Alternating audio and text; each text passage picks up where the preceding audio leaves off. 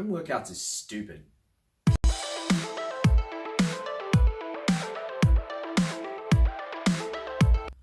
Okay, stupid's probably being a little bit unfair. Better choice of words might be uninspired. These at-home workouts, they're actually pretty good. They cover the fundamentals of training, they're challenging, they're fun. What they do lack is intensity, variety, and innovation. Now, many people in the fitness industry, the first week they closed the gyms in Australia, sprung to the local sporting goods store and bought everything they had. This did create a new problem though. Those with all the knowledge of how to train effectively had the equipment. Those with less fundamental knowledge of how to build a proper at-home workout were left with nothing but skipping ropes and bands. And who the hell wants to skip? I mean, seriously. So you jump on social media and there's probably 1 million hours worth of content on how to do a proper squat, and you've already been tagged 50 times in a 10 push-up challenge. Let me tell you, the beer challenge was much more fun. Speaking of beer challenges and innovative at-home workouts, check out Dave Marsh's profile in the link below. He's got a really great workout that uses a 6-pack of Coronas. Also check out Chris Mavros. He's got some interesting ideas on how to set up a home suspension system using nothing but a towel. This is the kind of stuff we want to see, guys. Today I'm going to share with you a really simple workout you can do at home using no more than $50 worth of equipment from your local Bunnings. Okay, so you might have to spend more than $50. I was able to spend $50 because I had a stockpile of Bunnings gift cards, and these are really easy to obtain. If you think laterally for a second, you could maybe send nudes to a man in Dubai who will purchase these for you. Or you can help a local drug kingpin launder his Bitcoin by buying $100 worth of gift vouchers for $50, that kind of thing. There's also some really sweet Nigerian gangs on the move throughout Sydney, so if you get in touch with those, you might be able to get some gift cards at a discounted rate. First piece of equipment from Bunnings is our jerry can or our water can. Okay, these come in all different shapes and sizes. You can get 5-litre ones, you can get 10-litre ones. This is a 20, and you can get even 40 and 50-litre water cans. Now, you want to be careful when you're selecting the size of your can. For those of you who don't know, 20 litres or a litre of fluid weighs roughly 1 kilo. So 20 litres is going to weigh around about 20 kilos. Simple way to get the weight that you desire for your at-home workouts. Say you're used to using 10 kilos for your overhead press. Throw that on the kitchen scales or the bathroom scales if it's a little bit heavier than what a kitchen scale can handle, and just add water to it until you get to the desired weight that you're after. There's about 17 litres in this one. I've got a second can and there's about 17 litres in there. Word to the wise though, if you're using these for exercises like the squat, you want to make sure that the water level is slightly above halfway. If there's water right at the bottom and it sloshes around, stability of the exercise can become an issue. So if you're used to working with a 20 kilo squat, set yourself up with a pair of 10 kilo or 10 litre jerry cans. If you're used to doing maybe a 30 or a 35 kilo squat, you can get a 20 litre can and fill it to about 17 litres, or just fucking man up and go for a 40 kilo squat. I mean, seriously. So we're using these jerry cans today. I'm going to show you how to tie the jerry cans onto the steel bar, which is the next piece of equipment I'm going to bring over. But as I said, you can use these for movements like the overhead press. You can use these for a heavy loaded carry. And today I'm going to show you how to fix up the 2 jerry cans that I've got here and a steel bar to do a really easy at-home workout squat. But not easy because it's going to be high intensity and I've had a beer. So yeah. Okay, so looking at this setup here is probably about 90 to 100 bucks worth of gear. And that's mainly because we use the heavier 20 litre cans, which are about $30, and the slightly longer, slightly thicker bar, which was also about $30. The rope was only about 5 or 6 bucks. The rope's pretty cheap. If you're using the 10 litre cans or you're using the slightly smaller bar, they do make this. This is a shorter bar. I wanted the long bar because, you know, bigger is better. But you can get this bar that's about yay long, much better for a lounge room, much better for the at-home workouts that I'm going to show you. It was about $20 and the 10 litre cans are about $20. But we wanted to go maximum effect. I was going to go with the heaviest possible cans and the biggest possible bar because why the hell not? So I'm going to show you how to tie this can on the way I've tied that can there. and then I'm going to show you what you can do for your first exercise. This setup probably looks very complicated. It's really not. It mainly looks this way because I have a shit ton of rope and I don't believe in cutting a good piece of rope. I'm going to encourage you to cut the pieces of rope to something a little bit shorter, so we only have to go around the bar and around the can 1 or 2 times. And I'm going to take you through each of the steps of how to tie this with the other can over here. Okay, so before I go ahead with this, I just want to point out, earlier I said man up. I don't want anyone to shit down my neck about gender inequality or that kind of thing. But to be fair, most of what I've seen on social media are some pretty intuitive solutions by women and a lot of video game playing by a lot of men. So I do mean it. I mean, seriously, man up, because let's be honest, most of the women are probably cracking and have already come up with some pretty intuitive ways to do their at-home workouts by now. So the first knot that you're going to do, this is really simple, okay? We're tying a knot onto the handle of the jerry can. What you want to do, and don't worry if you don't get this first time, you can always just give up. Okay, so what you want to do is, you've got your rope like this, you're looping it over, okay? So it's crossing over the rope like so. Ooh, not tying. Takes me back. Feeding it under again and through. Okay, so it looks like that.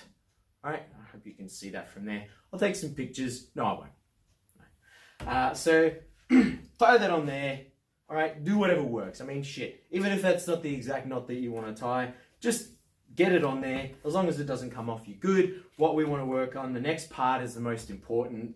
And I'm going to do a few extra steps. We don't need to do as many loops, but I just want to use up a lot of the excess rope. So now we've got our bar on here. This is really simple. We're going to bring the rope over the top of the bar, like so. Okay, throw that over that side. And then we're going to feed it under the handle. All right. Now, I'll take you through the long way to do this. If I bring the rope all the way through, then over the bar, all right, that's your first part right there. So that knot isn't totally essential because we can bring the rope back under and it'll actually sit up against that knot where it'll hold fairly firm. So even if that knot's not particularly tight, that'll work. All right, so that's the long way to feed the rope around. If you're clever like me, you can actually feed this rope underneath the handle, and then you can just loop it, all right, like so, back around. So you're saving a little bit of time throwing that rope over. So there you go. You're saving a little bit of time just feeding it under, looping it around. Okay, boom. So I've got 6 there. You probably only need 1 or 2, but I've got, as I said, just to use up some of the excess rope. Now I'm going to go across the bar, so diagonally, all right? Going diagonally over, then directly under. So on the same side, I'm crossing under, all right? Diagonally over. This is where you do need to feed the rope back through. This is where it gets a little bit tedious, all right? So same side under, diagonally over. All right, I'm going to speed this up a little bit. Now, you don't have to do this next step. This is if you want to be extra thorough and you enjoy tying rafts or women in your basement like me. You can feed the rope around the middle section and that'll just bring the whole knot into a nice tight setup like that. All right, once you're done, just tie the rope off at the end. A couple of loops around the bar. And there you go. Look, there's all that excess rope used up and you've got your squat set up ready to go.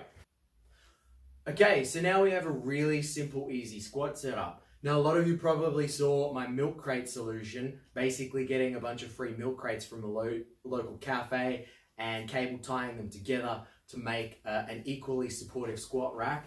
But if you're not that outgoing and don't feel like asking the local cafe for a favor, you're more than welcome to just do this on your couch. Right here, I have got the world's best squat rack, and the best part is when I'm finished doing my set, I can continue to drink my beer and play the video games. So here we go. You got 17.5 kilos in each of the cans. All right. standing up for our squat. Boom, just like the gym, 35 kilo squat. Right here in my lounge room.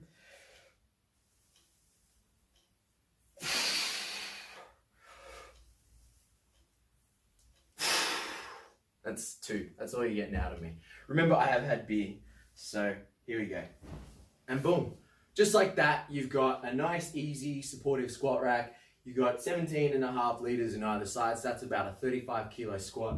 I can make these bad boys up to 40. As I said, do be careful with the instability of the exercise because a little bit of sloshing can make it challenging. So you want to have them above halfway full and really focus on the eccentric or the lowering part of the squat to make sure you don't come off balance when you're doing that.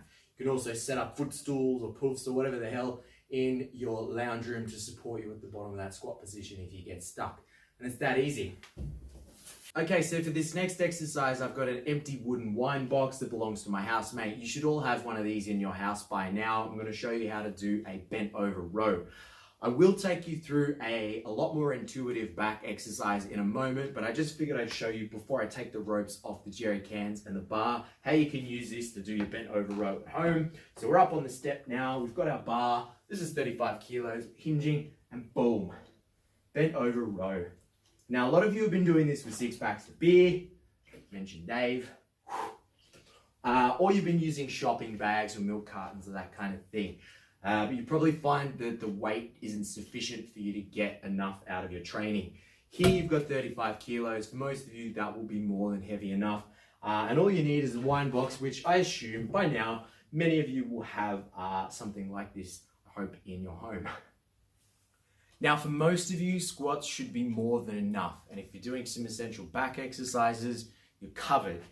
But for those of you like me who can't maintain an erection without deadlifting at least once a week, over here, we've got a really clever way to incorporate some Romanian deadlifts into your routine. Now, there is the option of using the watering cans as I demonstrated earlier. But right now, I'm going to show you how you can use a 3-seater couch. If you don't have one of those, again, you can just straight up give up. So what you want to do is take your piece of rope. You want to tie it into a loop like so, okay? Double over, and you have this little setup here. Boom. So you've got a loop of rope. Over here, there's one I prepared earlier. I fed my steel bar through, which you can see for this lounge room is a little bit too long. But as I said, I wanted the longer bar. Don't judge me, all right? Don't tell me, I'll do what I want. All right, so I've looped the ends of the rope over the legs of the couch, and I've fed the bar through the loop of rope there.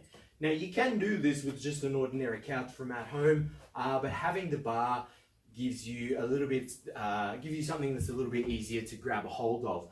But as I say, you can use the couch just like so. You can lift from underneath the couch like that, and that saves you the need for actually having to purchase the bar. Having the bar just makes it a little bit more like the gym, a little bit more fun.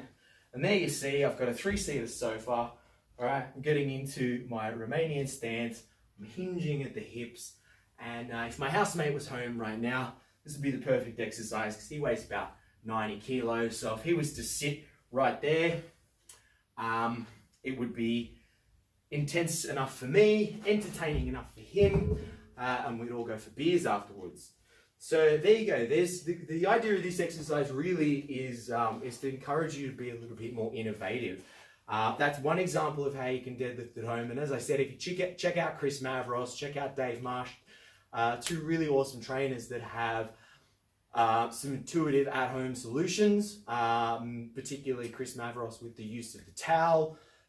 You know, there's loads of content out there, but what I'm trying to encourage you guys to do is think a little bit more laterally. Now, onto the kitchen. So we're in my kitchen, and this is where the magic happens, or where the magic would happen if girls were attracted to me for my abilities at cooking. Fortunately, they're attracted to me for my amazing physique, and then they're almost immediately put off by my malignant narcissism. So anyway, I'll get on with this.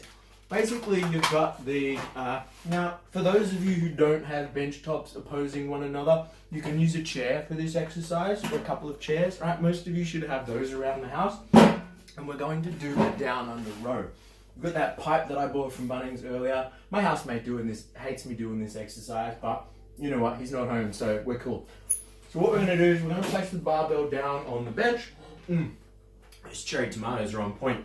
Now, you wanna use a dishcloth or a tea towel or something so that you don't mark the bench. But again, it depends how much you give a shit about what your landlord thinks, whether you wanna get your bond back or whether you have a decent relationship with your housemate. I joke, my housemate's actually pretty cool. So, you know, we get along really well and I don't wanna fuck up the nice, you know, it's a pretty decent kitchen here. I don't want to ruin it, so I'm putting some tea towels down. Should probably stop swearing. I'm definitely not going to be able to monetize this video. So you've got the bar across the bench tops. Boom. You've got your bench, right? You've got your seat right there. So my feet are resting on there. Now we're able to do a nice, easy down under row, like a total fitness psychopath in the kitchen. Boom, using nothing but a barbell and some tea towels. Guys, these are some really easy ways you can be innovative at home. As I said, you can put a pair of chairs next to one another and you can set this bar across those, making a nice, easy inverted rack for you to do those rows. I would argue that the row is conditionally more essential to a lot of you because we're sitting in this position and we're leaning forward, we're not getting any work on our posterior chain, on our back muscles. So, you know, working through this motion can help to kind of reset that bad posture from sitting at the desk all day.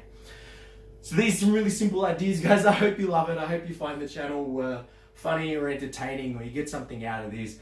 Let me know if you want some more cool ideas like this. I'll post some stuff on Instagram. I'll post some more exclusive content. Thanks for having a look and don't forget to subscribe. So last one, guys, I know a lot of you are pretty fed up with doing push-ups by now. You've probably been tagged in plenty of push-up challenges, and the push-up is really the only major compound exercise that is of high enough intensity, and you're basically just sick to death of doing them. So I want to provide you with a push-up alternative. This was something that was actually presented to me by my good friend and wonderful client, Grace. It's a way to simultaneously balance out any asymmetries you have in strength between your left and your right side. It's also a really good way to challenge dynamic core stability. So getting those obliques working through preventing rotation on this exercise. So we've got our bar, all right? We've got our bar that we purchased earlier for 30 bucks from Bunnings. Lowest prices are just the beginning. We're here on an angle against the couch, right? And we're doing our push-ups basically on an angle. Now this is going to challenge, again, you're turning to the side when you're doing this exercise, so you're going to have to brace to prevent that from happening. So you're getting some oblique work in there, some dynamic core stability, and you're working on asymmetries in strength. So your left and your right side are working differently or independently of one another. So we do that on both sides, and then you may notice one side is particularly better.